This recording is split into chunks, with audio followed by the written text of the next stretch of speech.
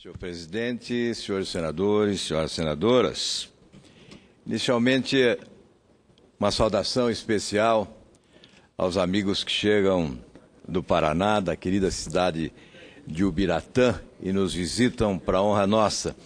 O prefeito Baco, os vereadores, o Silvio e o Zicão, e o assessor da Câmara de Vereadores, o Osmar, da cidade de Ubiratã, uma cidade que me honra ter sido seu cidadão honorário.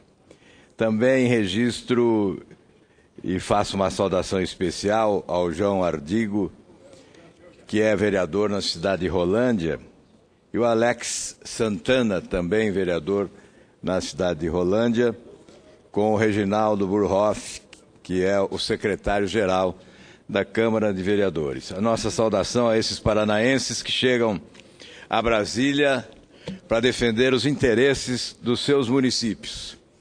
Senhor presidente, a propósito da indicação encaminhada à mesa há pouco pelo senador Rodrigo Hollenberg, quero destacar a importância desse debate, propondo ao Senado Federal uma discussão responsável pela sugestão, em torno da sugestão que apresentei ontem, com a apresentação de um projeto de emenda constitucional, instituindo concurso público para o preenchimento dos cargos de ministros do Tribunal de Contas da União.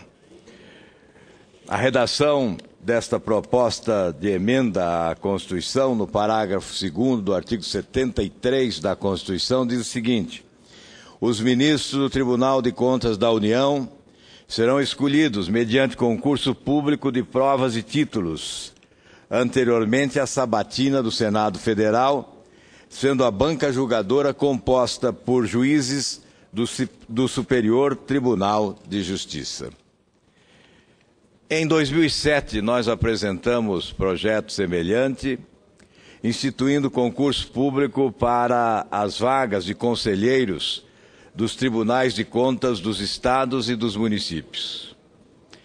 Aquele projeto de emenda constitucional foi aprovado pelo Senado Federal e encontra-se na Câmara dos Deputados aguardando a deliberação final, já com parecer favorável da Comissão de Constituição e Justiça daquela casa.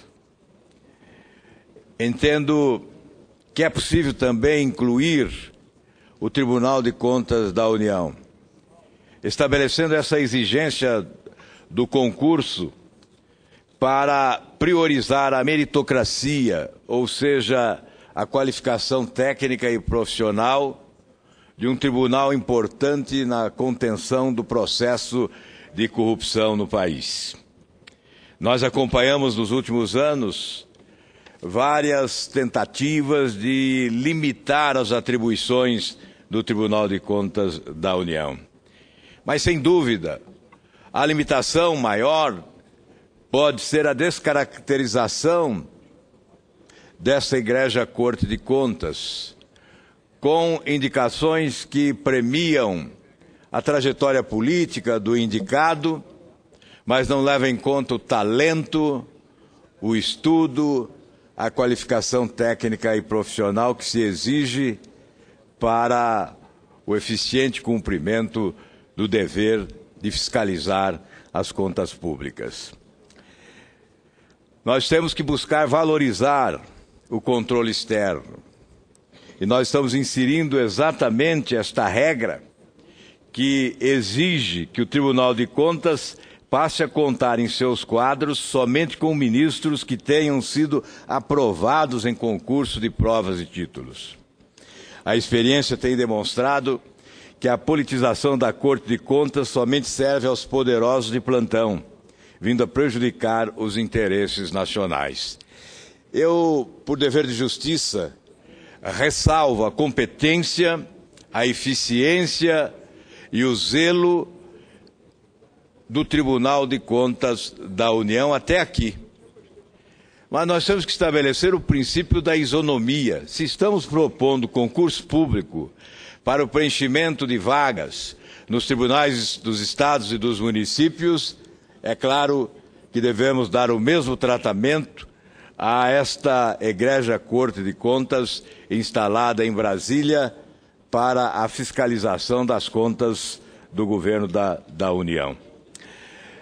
Nós sabemos, senhor presidente, que anualmente o povo brasileiro gasta 7 bilhões de reais na manutenção dos tribunais de contas em todo o país.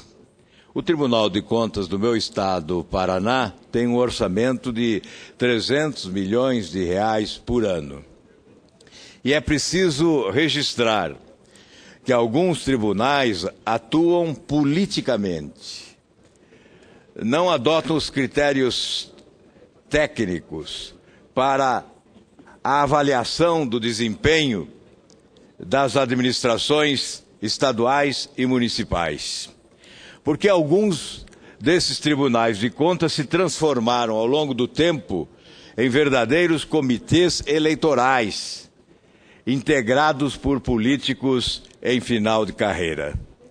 Há aí, sem dúvida, uma partidarização dos tribunais de contas em prejuízo da eficiência e da qualificação técnica. Nós devemos premiar sempre o talento, a competência. Nós devemos estimular a pesquisa, o estudo, o preparo, para que a eficiência se estabeleça em funções públicas importantes. E não há outro método mais adequado para aferir competência, talento e qualificação técnica do que o concurso público. Nós precisamos acabar com o aparelhamento do Estado brasileiro. Esse loteamento de cargos, a indicação de um ministro para a Egrégea Corte de Contas não pode atender às negociações de natureza política que são celebradas no alto deste balcão de negócios que se instalou na capital da República. Esse toma lá da cá, esta barganha política permanente que desqualifica a gestão, porque puxa para baixo a qualidade da administração federal.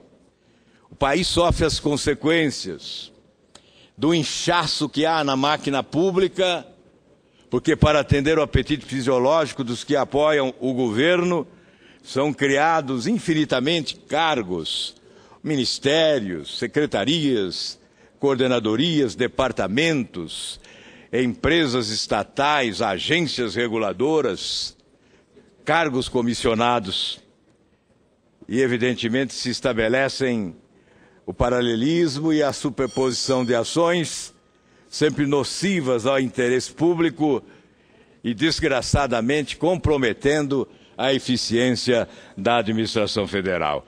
Se há uma função pública que exige competência, é esta, de fiscal da administração. O Tribunal de Contas tem que ser extremamente qualificado para cumprir bem a sua missão, que é de conter o processo de corrupção que se alarga no país. Por isso, senhor presidente, concluindo, o nosso apelo ao Senado Federal, especialmente à mesa, para que possamos dar celeridade e chegarmos à aprovação desta proposta de emenda constitucional, que peço a Vossa Excelência autorize o registro nos anais da Casa. Muito obrigado.